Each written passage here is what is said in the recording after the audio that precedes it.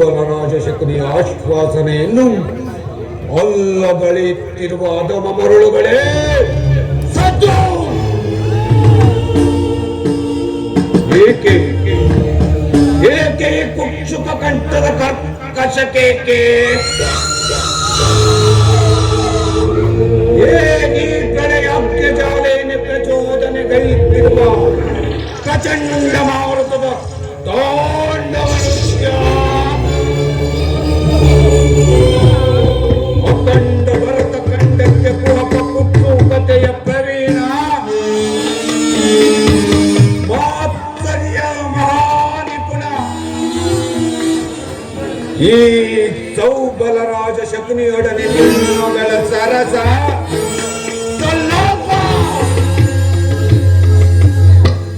ನನ್ನಂಶಕ್ಷಯಕ್ಕೆ ಕಾರಣಕರ್ತನಾದ ದುರ್ಮತ್ತ ದುರ್ನೀತ ದುರ್ಜಾತ ದುರುಳ ದುರ್ಯೋಧನನೇ ಕೇಳು. ನಿರಪರಾಧಿಗಳು ಗಾಂಧಾರ ವಂಶೋದ್ಧಾರಕರಾದ ನನ್ನ ಜನ್ಮದಾತನನ್ನು,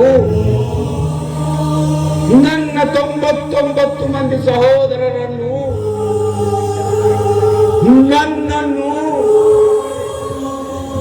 ನಿನ್ನ ಕಗ್ಗತ್ತಲೆಯ ಕಾರಾಗೃಹದಲ್ಲಿರಿಸಿ ನೀನು ನೀಡುತ್ತಿದ್ದ ಚಿತ್ರ ವಿಚಿತ್ರ ಕಡು ಶಿಕ್ಷೆಯನ್ನು ಸ್ಮರಿಸಿಕೊಂಡರೆ ಅಪ್ಪ ನನ್ನ ಗುಂಡಿಗೆಗೆ ಕೋಟಿ ಕಟಾರಗಳು ಈಗಲೂ ಸಿಡಿದಂತಾಗುವುದು. ನನ್ನ ಕೈಕಾಲುಗಳು ಕಂಪಿಸುತ್ತಿರುವುದು. ರಕ್ತ ಕೊತ ಕೊತನೆ ಕೊತ ಕೊತನೆ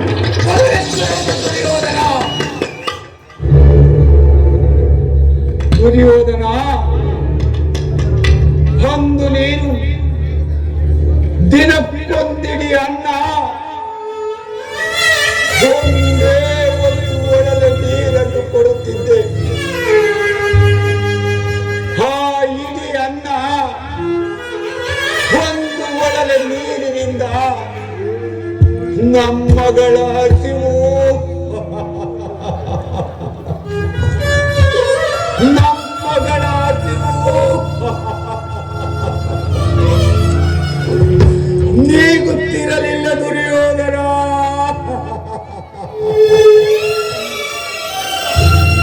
ನೀಗುತ್ತಿರಲಿಲ್ಲ. ಆಗ ನನ್ನ ಸಹೋದರರೆಲ್ಲರೂ ಸೇರಿ ಸಾಮೂಹಿಕವಾಗಿ ನಿರ್ಧರಿಸಿ ಆ 100 ಜನರ ತುತ್ತನ್ನು ನನಗೆ ನನ್ನ ಶ್ವಾಸಕೋಶದಲ್ಲಿ ಉಸಿರು ತುಂಬುವಂತೆ ಮಾಡಿ ಅವರೆಲ್ಲರೂ ಒಬ್ಬೊಬ್ಬರಾಗಿಯೇ ಹತರಾಗಿ ಹೋದರು. ದುರ್ಯೋಧನ ಒಬ್ಬೊಬ್ಬರಾಗಿಯೇ ಹತರಾಗಿ ಹೋದರು. ಆ ದಾರುಣ್ಯ ದೃಶ್ಯವು ನನ್ನ ಸ್ಮೃತಿ ಪಟಲದಿಂದ ಅಚ್ಚಳಿಯದೆ ಉಳಿದು ನಿರಂತರ ಬಡಬಾವಣೆ ಜ್ವಾಲೆಯಲ್ಲಿ ನೊಂದು ಬೆಂದು ಕುಕ್ಕಿ ಕುಶವಾಗಿರುವ ನನ್ನ ಈ ಶರೀರವನ್ನು ಅಣು ಅಣುವಾಗಿ ಚಿತ್ರ ಚಿತ್ರವಾಗಿ ತುಂಡು ತುಂಡಾಗಿ ತುಂಡರಿಸಿ ಓಡಿದರೆ ಸೇಡಿಗೆ ಸೇಡು, ಪ್ರತಿಕಾರಕ್ಕೆ ಪ್ರತಿಕಾರ, ಮೈಗೆ ಮೈ, ರಕ್ತಕ್ಕೆ ರಕ್ತ ಎಂಬ ಮಾತ್ಸರ್ಯದ ವಾಕ್ಯಗಳ ಹೊರತಾಗಿ ಮತ್ಯಾವ ಆಸೆ ಆಕಾಂಕ್ಷೆಗಳು ನನ್ನನ್ನು ಅರಸಲು ಅಸಾಧ್ಯ. ದುರ್ಯೋಧನ, ನನ್ನನ್ನು ಅರಸಲು ಅಸಾಧ್ಯ. ದುಷ್ಟ ದುರ್ವಿಧಿಯ ಅಟ್ಟಹಾಸದಿಂದ ಮೆಟ್ಟಿ ಮೆರೆಯುತ್ತಿರುವ ದುರುಳ ದುರ್ಯೋಧನೆ ಕೇಳು.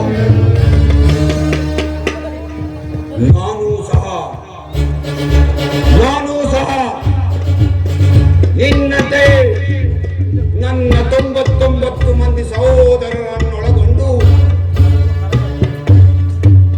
ಏಕಚಕ್ರಾಧಿಪತ್ಯವನ್ನು ಸ್ಥಾಪಿಸಿ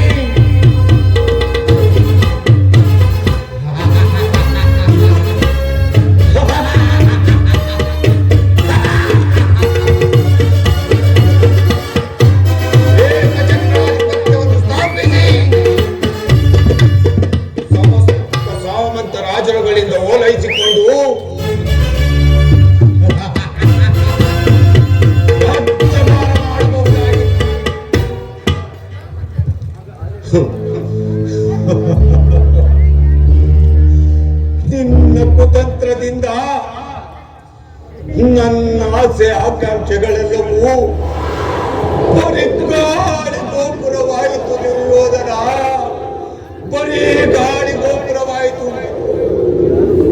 ಆದರೂ ಜೊತೆಯ ಕೌರವ, ನಾನು ನಿನ್ನೊಡನೆ ಸೇರಿ ಮುಳ್ಳಿನಿಂದಲೇ ತೆಗೆಯಬೇಕು.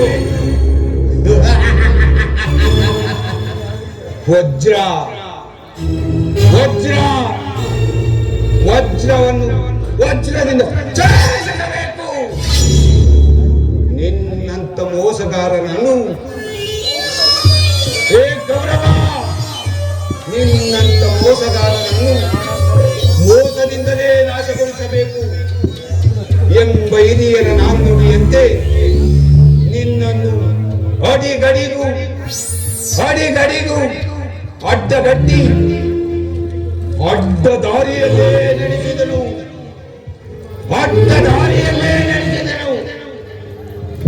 ಮುಂದೆ ನಡೆಯುವ ಯುದ್ಧದಲ್ಲಿ ಈ ನಿನ್ನ ಹಸ್ತಿನಾವತಿಯ ರಕ್ತ ಸಿಂಹಾಸನವನ್ನು ರಕ್ತದ ಕೋರಿಯಲ್ಲೇ ಮಡಗಿಸುವೆನು. ಅದಕ್ಕಾಗಿ ನಿನ್ನ ಮೇಲೆ ಹಠ, ದ್ವೇಷ, ರೋಷ,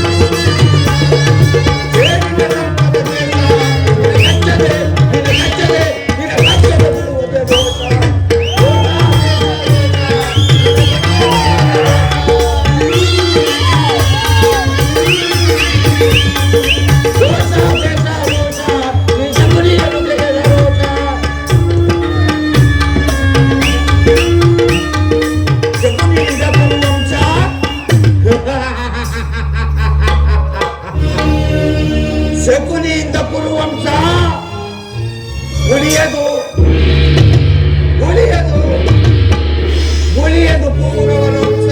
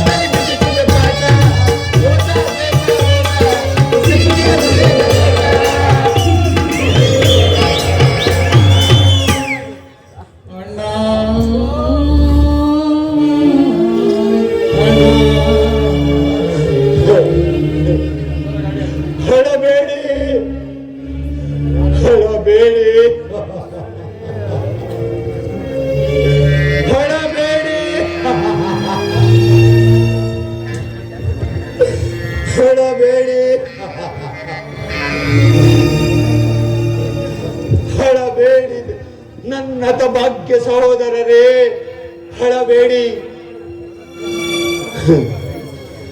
ದುರ್ಯೋಧನನ 99 ಮಂದಿ ಸಹೋದರರ ಚಿನ್ನ ಮುಂಡಗಳಿಂದ ನರಕದಲ್ಲಿ ನಿಮ್ಮ ನಿರಾಂಜನವನ್ನು ಮಾಡಿಸುವೆ. ದುರ್ಯೋಧನ, ನರಕದ ಭಯಂಕರ ಹಿಂಸೆಗಿಂತ ಈ ಕುರುಕ್ಷೇತ್ರದಲ್ಲಿ ನಿನಗಾಗುವ ಹಿಂಸೆ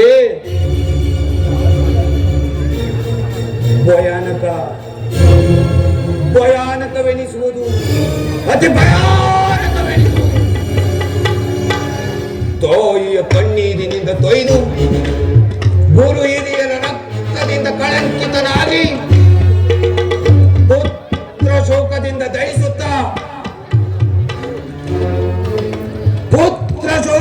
ದಹಿಸುತ್ತಾ ನಿನಗಾಗಿ ಬಂದು ಒಂದೇ ಒಂದು ನಿಟ್ಟುಸಿರು ಬಿಡುವವರೆಲ್ಲದಂತೆ ಮಾಡಿ ನರಕದ ಮಾರ್ಗವನ್ನೇ ಇಡಿಸುವೆನು.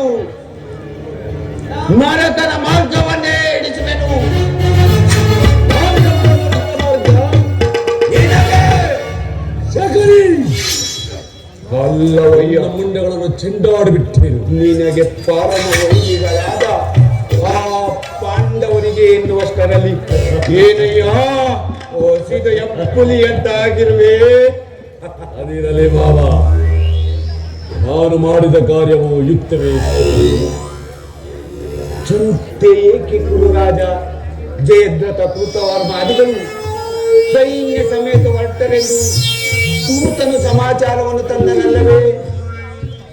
ಶಕುನಿ, ನಾನು ಅದಕ್ಕಾಗಿ ಚಿಂತಿಸುತ್ತಿಲ್ಲ. ಈ ದುರ್ಯೋಧನನು ಅಸಹಾಯ ಶೂರನು. ತನ್ನೆರಡು ತೋಳುಗಳಿಂದ ಪಾಂಡವರ ಸಮಸ್ಯೆ ಸೈನ್ಯವನ್ನು ಎದುರಿಸಬಲ್ಲನು. ಆದರೆ ಈ ಜ್ಞಾತಿ ಹಿಂಸೆ, ಕಲಹ ಉಚಿತವೇ ಶಕುನಿ. ಆ ದಿನ ನಾನು ದ್ವಾರಕೆಗೆ ಹೋಗಿದ್ದಾಗ ಯುದ್ಧವು ಅಧರ್ಮವೆಂದು ಕೃಷ್ಣನು ಎಷ್ಟೋ ವಿಧವಾಗಿ ಹೇಳಿದರು.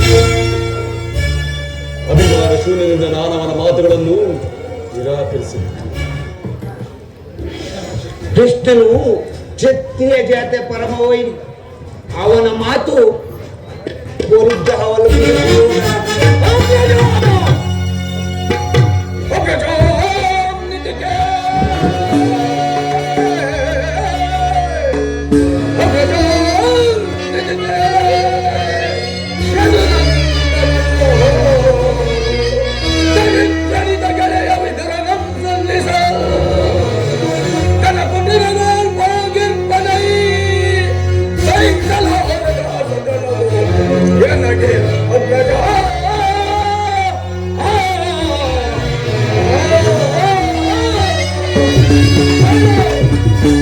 ಹಸ್ತಿನಾವತಿಗೆ ಬಂದಿರುವನಂತೆ. ನಾಳೆ ಪ್ರಾತಃ ಕಾಲ ನಮ್ಮ ರಾಜ್ಯಸಭೆಯಲ್ಲಿ ಶಾಂತಿ ಸಂಧಾನ. ಏನು ಸಹೋದರ, ಕೃಷ್ಣನ ಹಸ್ತಿನಾವತಿಗೆ ಬಂದಿರುವನೇ? ಹೌದು. ನಡೆ ಸಹೋದರ, ಅತಿಥಿ ಸತ್ಕಾರಕ್ಕೆ ಸಿದ್ಧ ಮಾಡು.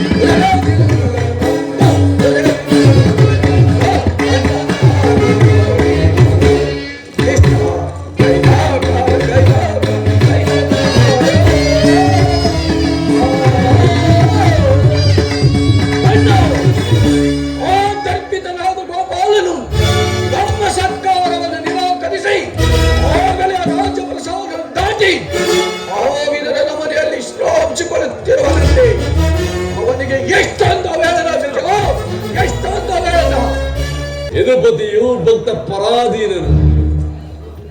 ಆತನಿಗೆ ವಿದುರನಂತಹ ಭಕ್ತರು ಮತ್ಯಾರಿರುವರು ಸಹೋದರ. ಈ ದಿನ ಆತನ ಸತ್ಕಾರವನ್ನು ಸ್ವೀಕರಿಸಿ ನಾಳೆ ನಮ್ಮ ಮಂದಿರಕ್ಕೆ ಬಂದೇ ಬರುವನು. ಚಿಂತಿಸಬೇಡ ಸಹೋದರ. ನಡೆ, ಅತಿಥಿ ಸತ್ಕಾರಕ್ಕೆ ಸಿದ್ಧ ಮಾಡು.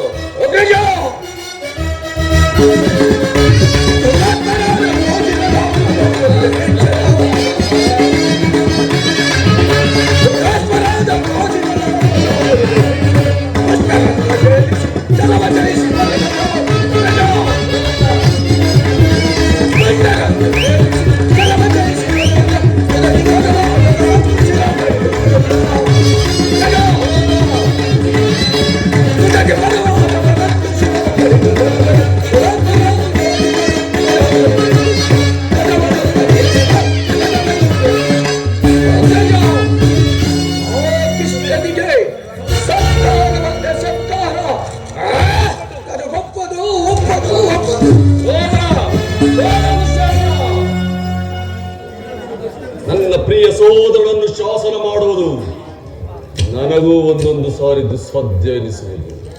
ನೋಡಿದೆಯ ಮಾವ, ನನ್ನ ತಮ್ಮನ ಕ್ರೋಧಾಗ್ನಿಯ ಸ್ವರೂಪವನ್ನು. ಮದಗಜಗಳೆಷ್ಟಿದ್ದರೂ ಸಿಂಹಕ್ಕೆ ಸರಿಸಾಟೆಯಾಗಬಲ್ಲದೆ. ಅದಿರಲಿ ಮಾವ, ಈಗ ಈ ಕೃಷ್ಣನ ಸಂಧಾನಕ್ಕೆ ಸಮ್ಮತಿಸಲೇ ಅಥವಾ? ಕೃಷ್ಣನು ಕ್ಷತ್ರಿಯ ಜಾತಿಯ, ಕೃಷ್ಣನು ಶಾಂತಿಗಾಗಿ ಇಲ್ಲಿಗೆ ಬಂದವನಲ್ಲ. ಹಾಗಿದ್ದರೆ ಈ ಸಾರ್ವಭೌಮನ ವೈಭವವನ್ನು ತೃಣೀಕರಿಸಿ ಆ ದಾಸಿ ಪುತ್ರನ ನಿರ್ಭುಜೋಪಡಿಯನ್ನೇ ಆಶ್ರಯಿಸುತ್ತಿದ್ದನೆ. ಪ್ರಾರಂಭದಲ್ಲಿ ಸಹಿಸಲಾಗದ ಪರಿಣಾಮ, ಭಕ್ತಿ ವೈರಾಗ್ಯದ ನಷ್ಟದಿಂದ ವಂಚಿತನಾಗಿ ನೀನು ಈ ಅವಮಾನವನ್ನು ಹೇಗೆ ಸಹಿಸುವ ಸಹೋದರ? ಹಾಗಿದ್ದು ಕೃಷ್ಣನಲ್ಲಿ ನಿನಗೆ ಇಷ್ಟೊಂದು ದ್ವೇಷ ಬೇಕೆ ಶಕುನಿ? ಕೃಷ್ಣನು ಕ್ಷತ್ರಿಯ ಜಾತಿಯ ಕಳಂಕ ಸ್ವರೂಪ. ಭರತ ವರ್ಷದಲ್ಲಿ ಕ್ಷತ್ರಿಯರನ್ನು ನಿರ್ಮೂಲನ ಮಾಡಲೆಂದೇ ಆತನು ಅವತರಿಸಿದರು. ಯಾರು ಅವನ ಭಕ್ತಿ ವೈರಾಗ್ಯದ ಪ್ರದರ್ಶನಕ್ಕೆ ಮರುಳಾಗಿ ಭಗವಂತನ ಅವತಾರವೆಂದು ಪೂಜಿಸುವರೋ ಅವರನ್ನೇ ಸಂಹರಿಸುವರು. ಕಂಸ, ಜರಾಸಂಧ, ಶಿಶುಪಾಲಾದಿಗಳು ನಿನಗೆಂತಹ ಮಿತ್ರರಾಗಿದ್ದರು. ಕಾರಣವಿಲ್ಲದೆ ಅವರನ್ನು ಸಂಹರಿಸಿದನು. ಕಂಸನನ್ನು ಒದಿಸಿ ಅರಳೋ ಮರಳೋ ಮುದುಕನಾದ ಉಗ್ರಸೇನನನ್ನು ನೆಪ ಮಾತ್ರಕ್ಕೆ ಸಿಂಹಾಸನದ ಮೇಲೆ ಕುಳ್ಳರಿಸಿ ಸಹೋದರರನ್ನು ಸುರಪಾನಮತ್ತರನ್ನಾಗಿ ಮಾಡಿ ರಾಜಲಕ್ಷ್ಮಿಯನ್ನು ತಾನು ವಶಪಡಿಸಿಕೊಂಡನು. ಇಂತಹವರಿಗೆ ಮನ್ನಣೆಯ ಕೌರವೇಶ್ವರ. ಹಾಗಾದರೆ ನನ್ನನ್ನೇಕೆ ದ್ವಾರಕೆ ಕಳಿಸಿದೆ? ಆ ನನ್ನ ಗೋಪಾಲನ ಮನೆ ಬಾಗಿಲಿನಲ್ಲಿ ನಿಂತು ಸಹಾಯವನ್ನು ಬೇಡುವುದು ಈ ದುರ್ಯೋಧನಿಗೆ ಉಚಿತವಾದ ಕಾರ್ಯವಾಗಿತ್ತೆ. ಅದಕ್ಕೊಂದು ಉದ್ದೇಶವಿತ್ತು. ಏನದು ಆ ಉದ್ದೇಶ? ಸರ್ಪದ ವಿಷದನ್ನು ಕಿತ್ತು ಬಳಿಕ ಅದರೊಡನೆ ಸರಸವಾಡಬಹುದಲ್ಲ. ಕೃಷ್ಣನಿಗಿಂತ ಅವನ ವಿಜಯೋನ್ಮತ್ತವಾದ ಸೈನ್ಯವು ಹೆಚ್ಚು ಅವಶ್ಯಕವಾಗಿತ್ತು. ಕೃಷ್ಣನೇನಾದರೂ ಅವನ ಸೈನ್ಯ ಸಮೇತ ನಿನ್ನ ಪಕ್ಷವನ್ನು ವಹಿಸಿದರೆ ಕೃಷ್ಣ ನೀನು ಬೇಡ, ನಿನ್ನ ಸೈನ್ಯ ಮಾತ್ರ ಬೇಕೆಂದು ನಿಸ್ಸಂಕೋಚವಾಗಿ ಹೇಳಬಹುದಾಗಿತ್ತು. ಆದರೆ ಆ ಅರ್ಜುನನು ನಿನ್ನನ್ನು ಆ ಸಂಕಟದಿಂದ ಉದ್ಧಾರ ಮಾಡಿದನು. ಕೃಷ್ಣನು ನೀನು ಹೇಳುವಂತಹ ನಯವಂತಕನಿರಬಹುದು ಶಕುನಿ. ಆದರೆ ಅವನ ಮೇಲಿನ ದ್ವೇಷದಿಂದಾಗಿ ಪಾಪ ಪಾಂಡವರನ್ನು ಹಿಂಸಿಸಬೇಕಾಗುವುದನ್ನು ನನ್ನ ಸೋದರಳಿಯನ ಬಾಯಲ್ಲಿ ಇಂತಹ ಮಾತ. ಪಾಪ, ಪುಣ್ಯ, ದಯೆ, ದಾಕ್ಷಿಣ್ಯ ಇವೆಲ್ಲವನ್ನು ಎಲ್ಲಿಂದ ಕಲಿತ ನನ್ನ ಸೋದರಳಿಯ? ಕೃಷ್ಣನಿಗಿಂತ ಪಾಂಡವರು ರಾಜ್ಯಕ್ಕಾಗಿ ಹಂಬಲಿಸುತ್ತಿದ್ದರೆ, ಆದರೆ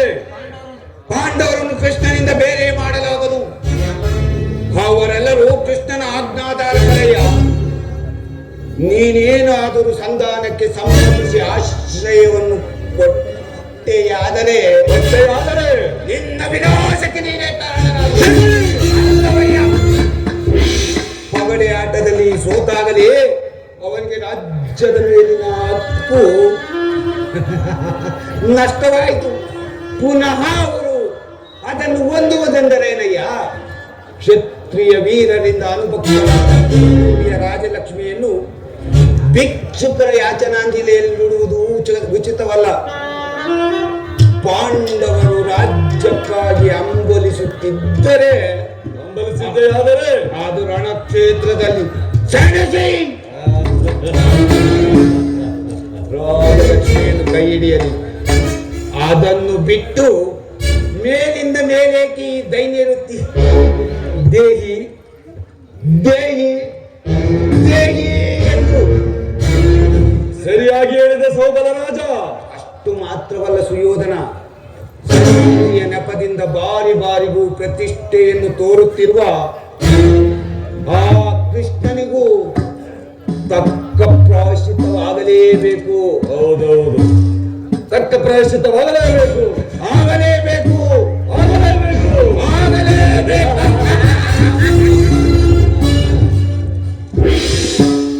ನನ್ನ ಮಗುವೆ, ನನ್ನದೊಂದು ಸಲಹೆ ಇರುವುದು. ಏನು ಮಾವ?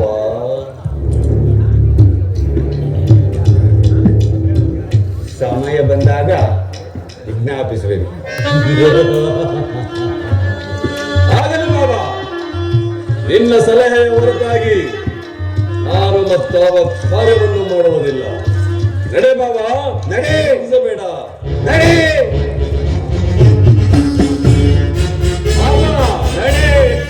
ಈ ದುರ್ಯೋಧನನ ಛಲವಿದೆಯಲ್ಲ, ಅದು ಗಗ್ಗಲಿನಂತೆ ಅಚಲ ಅಚಲ.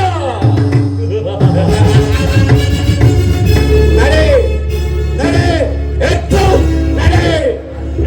ಕುರುಡನ ಮಗನೇ ನಡೆ. ನಡೆ ಕುರುಕುಲದ ರಣಕಲಿ. ನೀನಾಗುವೆ ರಣರಂಗದಲ್ಲಿ ನರಬಲಿ.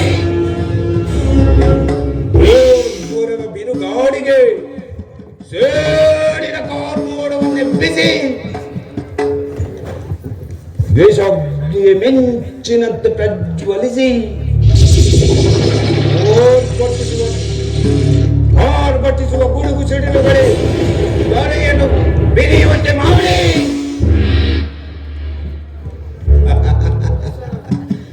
ಈ ಶಕುನಿಯ ಕೃತ್ರಿಮದ ವಿಷದ ಮಳೆಗೆ ಸಿಕ್ಕಿ ಕೊಚ್ಚಿ ಹೋಗಲಿ ಪಾಪಿ. ನನ್ನನ್ನು ನಿನ್ನ ಹಿತೈಷಿ ಎಂದು ಭಾವಿಸಿದೆಯೇನೋ? ಇಲ್ಲ, ನಿನ್ನ ಪಾಲಿನ ಆ ಜನ್ಮ ಸರಿ. ನಾನೆಂದಿಗೆ ನಿಮ್ಮಪ್ಪನ ಮನೆಗೆ ಕಾದಿದ್ದೆನೋ ಅಂದಿಗೆ ಅದು ಕಾಗೆ ಒಕ್ಕ ಬೀಡಾಯಿತು, ಮಾರಿ ಒಕ್ಕ ಬೀಡಾಯಿತು.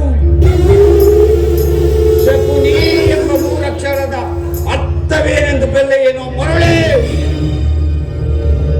ಶಾ ಎಂದರೆ ಶಕ್ತಿ ಪ್ರಧಾನರಾದ, ಕೂ ಎಂದರೆ ಈ ನಿನ್ನ ಕುರುಕುಲ ವಂಶವನ್ನು, ನೀ ಎಂದರೆ ನಿನ್ನವರಿಂದಲೇ ನಿನ್ನನ್ನು ನಿರ್ನಾಮ ಮಾಡುವುದೇ ಶಕುನಿ ಎಂಬ ಮೂರಕ್ಷರದ ಅರ್ಥ. ಏನು ಅರಿಯದ ನನ್ನ ಸಹೋದರರನ್ನು ನಿರಾಕಾರದಿಂದ ಕೊಂದೆ.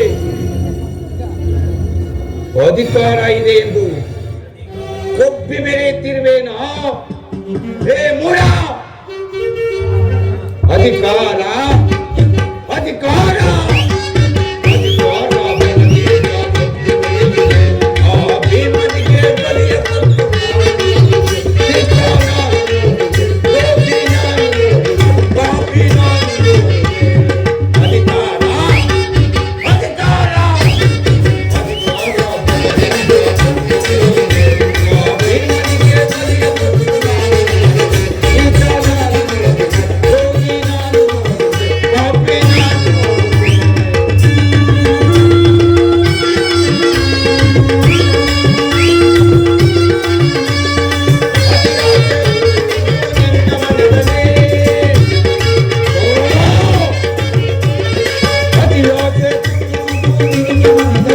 ನಿನ್ನ ಕುಲರಾಜ ಕೈಯುವುದು ನನ್ನ ಮನದಲ್ಲಿ. ನಿನ್ನ ಕುಲರಾಜ ಕೈಯುವುದು ನನ್ನ ಮನದಲ್ಲಿ. ಬರೆಯಾಡೋ ಆಸೆ ಇದೆ ನಿನ್ನ ಮನದಲ್ಲಿ. ಬರೆಯಾಡೋ ಆಸೆ ಇದೆ ನಿನ್ನ ಮನದಲ್ಲಿ. ನಿನ್ನ ಕೊಲೆ ಮಾಡೋ ಸಂಚು ಇದೆ ನನ್ನ ಮನದಲ್ಲಿ. ನಿನ್ನ ಕೊಲೆ ಮಾಡೋ ಸಂಚು ಇದೆ ನನ್ನ ಮನದಲ್ಲಿ. ಇದು ನನ್ನದು ತಪ್ಪು, ಇಲ್ಲ ನನ್ನದು ತಪ್ಪು. ಇದು ನನ್ನದು ತಪ್ಪು, ಇಲ್ಲ ನಿನ್ನದು ತಪ್ಪು. ನಮ್ಮಿಬ್ಬರನ್ನು ನಮ್ಮನ ತಪ್ಪು.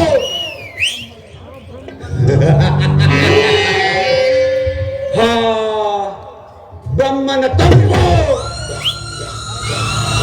ಅಧಿಕಾರ ಅಧಿಕಾರ ಅಧಿಕಾರ ಬಲದಿಂದ ಆ ಭೀಕರಿಗೆ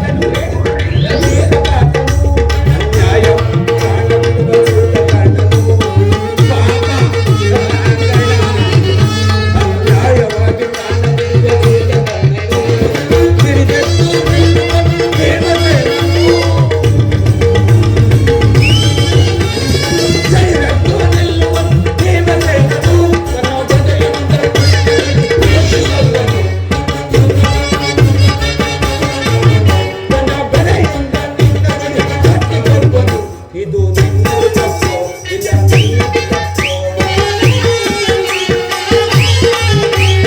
ನನ್ನದು ತಪ್ಪು, ಇಲ್ಲ ನಿನ್ನದು ತಪ್ಪು.